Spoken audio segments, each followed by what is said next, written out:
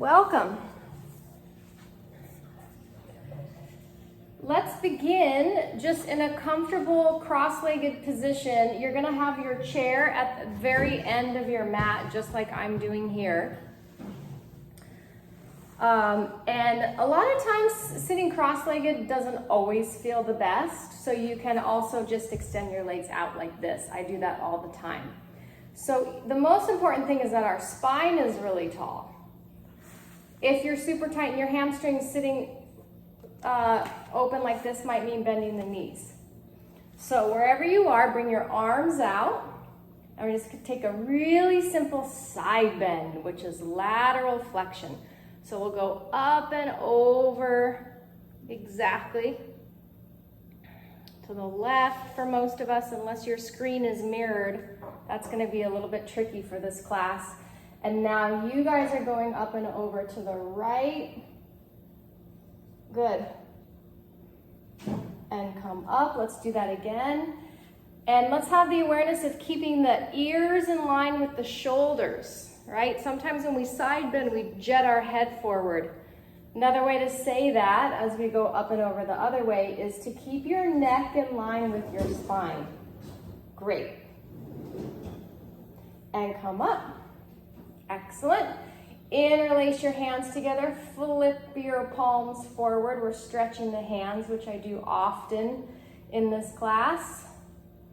And then reach the arms up to the sky. And then separate the hands, fingertips up. And we're gonna do some wrist stretches. So start with your pinky finger. Make a fist. 1, 2, 3, 4, 5. Thumb around the fist. Roll the knuckles down. And then the knuckles forward. Do that one more time. Flex it back. 1, 2, 3, 4, 5. Make a fist. Roll the knuckles down and forward. And then it's time for us to come into static back. And that's what the chair is for. So scooch your body all the way next to your chair like this sideways. And then swing your legs up onto your chair like this. And we're gonna come down onto the back. And I scooch a little bit forward so that my hips and my knees are completely stacked. This is a great tool if your nervous system ever feels stressed or you have any low back issues, even neck stuff. So this is a series that I really like to teach. So bring your arms out to the side. If you're familiar with yoga, it's kind of like Shavasana. And then do this with me. Tuck your shoulder blades down and closer to your spine. Just a little bit. All right, feet are hip bone width. Go ahead and just look up to the sky for most of this. You can turn and look towards the screen if you need to, but most of this is pretty simple.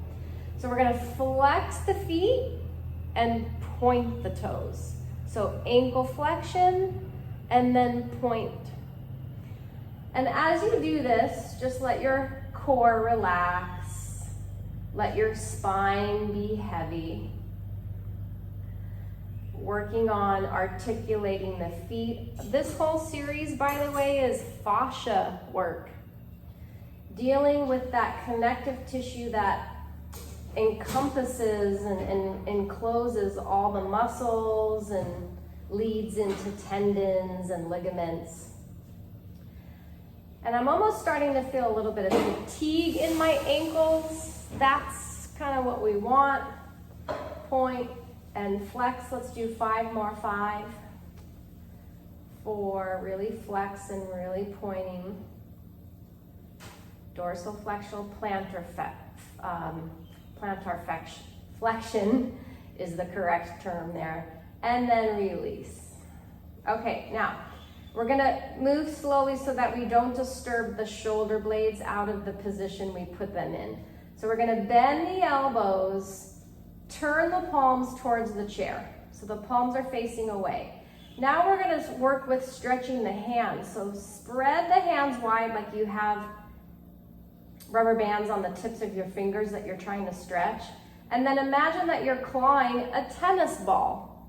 So it's kind of like flexion of the fingers. You got it. Stretch and flex. Stretch and flex. Stretch and flex. And have that awareness of this coming from just the fingers, not your wrist. So my wrist is really straight, almost like you had a wrist guard on. Yep, that looks good. Feels kind of good, doesn't it? If you work on the computer a lot, this is an excellent thing to do. 5 more. Open and claw the tennis ball. 4. Head heavy, core heavy, pelvis heavy. Okay, and then stay in the claw part of this. Wrists are straight. And now we're gonna go into external rotation. So we're gonna open up almost like we're trying to bring the back of the hands towards the ground. And it's probably normal that your hands don't touch the ground unless you're super flexible. And then we're gonna bring the hands forward, almost like we're trying to bring the fingernails towards the mat. And same thing here. And I could shrug my shoulders up to touch the ground, but we don't want to do that. So we're going into external rotation, opening up the arms, and then fingertips towards the ground. That's internal rotation of the shoulder. And just go ahead and do that as you just breathe through the nose. Believe it or not, this is affecting the fascia. Try to keep those wrists really straight, Christine. There you go. Yeah, it's kind of a hard thing for our brain to do. This is affecting the fascia in our neck, our shoulders, obviously, but also the muscles behind our back. And you can notice as well that our back is pretty lengthened. All the vertebra in our low back has some extra length. Really good for if your back ever feels tweaky. I'll lay in this position and just almost kind of meditate or breathe for 5 to 10 minutes. So I want you guys to have this exercise in your back pocket. Okay, and then bring the arms up. Now very slowly, start to reach the fingertips to the sky and interlace the hands together. And my elbows are a little bit bent, almost like I have a beach ball in my arms. Now we're gonna start to reach the arms up above the head. Now I'm pretty open here, so I can go pretty far, but don't feel like you're gonna strain yourself or get any kind of pinching feeling. And then bring the arms back over the sternum. So this is extension of the shoulder joint. The scapula, which are the shoulder blades, they do kind of rise up a little bit naturally. But for the most part, I want you to think about not using too many muscles in the neck or even the pec muscles, right? Those are our muscles sort of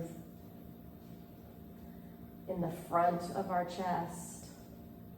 And I'm hoping that this feels really good. You're just looking up to the sky and breathing in through the nose and out through the nose. You can think of this as kind of flossing the shoulder joint.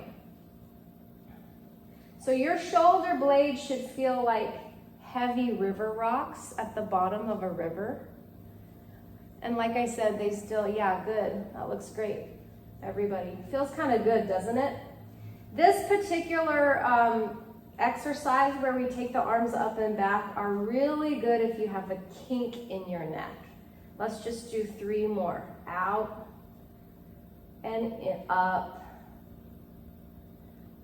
And you might notice, let's actually do a couple more as I explain this next thing. You might notice that one shoulder clicks or one shoulder feels tighter than the other. For me, it's always my left. Don't analyze it, but just notice, right? It's good for us to be aware of, hey, what's happening in our joints? Okay. And then we can release that.